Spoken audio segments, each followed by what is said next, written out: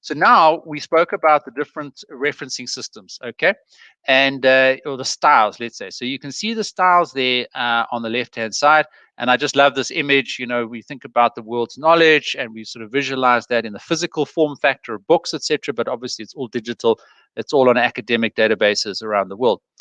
And those are the five main ones. So MLA, APA, Chicago, IEEE, CSE. Now, I only have actual experience of IEEE because I'm in engineering, and that was the referencing that I use. So in my tribe of engineers and the engineering related databases and the engineering related journals and conferences and publications, when you read through those, you'll be familiar with the IEEE style. You'll be able to use it because you've got that familiarity.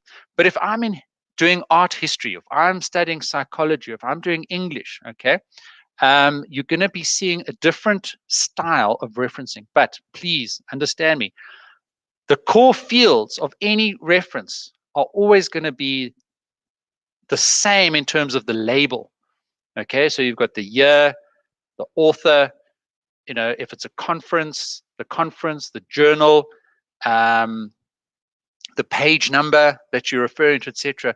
All of those fields are going to be consistent across all of these.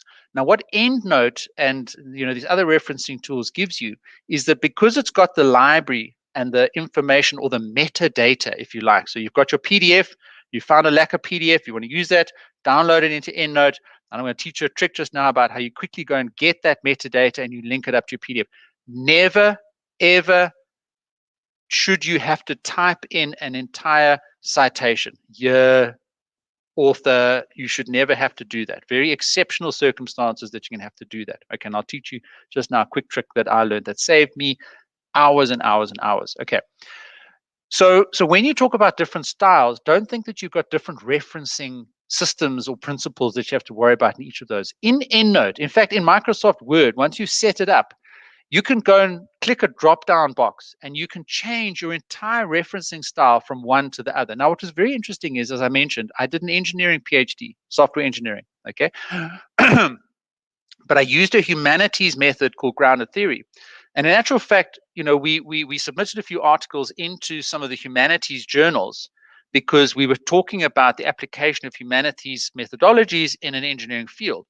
And when I then had to write that article for the humanities journal, I just quickly flicked that switch and it changed all of my references. It was all the same references, same EndNote library, all the same work that I did for PhD. I just clicked a button and I got any one of the styles that I wanted to. And in actual fact, yes, these are the 5 groups, if you like, but in actual fact, there's hundreds of different types.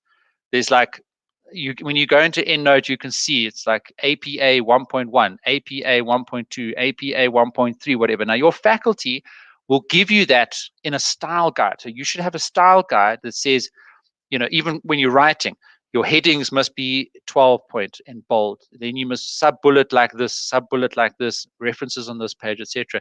In that style guide somewhere, they'll give you a more specific referencing style, but it'll be in one of these 5 groupings. And in EndNote, they've got the whole world's list of referencing styles. So very importantly, you'll be coming into today's webinar and you'll be doing referencing and research within one of these faculties. And pretty much unless you publish into one of the other faculties, and this cross-disciplinary research is very, very interesting, you're pretty much going to stick within one of those. And I think what's more important is then that you know whether there is a specific Chicago style that you need to use or a specific APA style that you need to use, and that you can then quickly change those in EndNote or Microsoft Word depending on which one you want to use. I see there was Amber, Harvard referencing can be a bit confusing. Okay, then Louise, you seem very switched on. Harvard is simply a linguistic equation that is added to or removed from our user's equation, the reference list, surname, initials, year, title, place of publication, publisher. Okay, fantastic. Now, in EndNote, you'll see Harvard listed there. And you can go in and click Harvard. And I mean, there's at least 2 or 3 other different Harvard. I also get a bit confused. Yeah, Tabile, let's just talk about referencing a book. Yeah, we can talk about referencing a book. So what I'm going to teach you just now is that Google Scholar, when it comes to referencing, is your best friend. Okay, so Tabile, hold that thought, because we're going to come.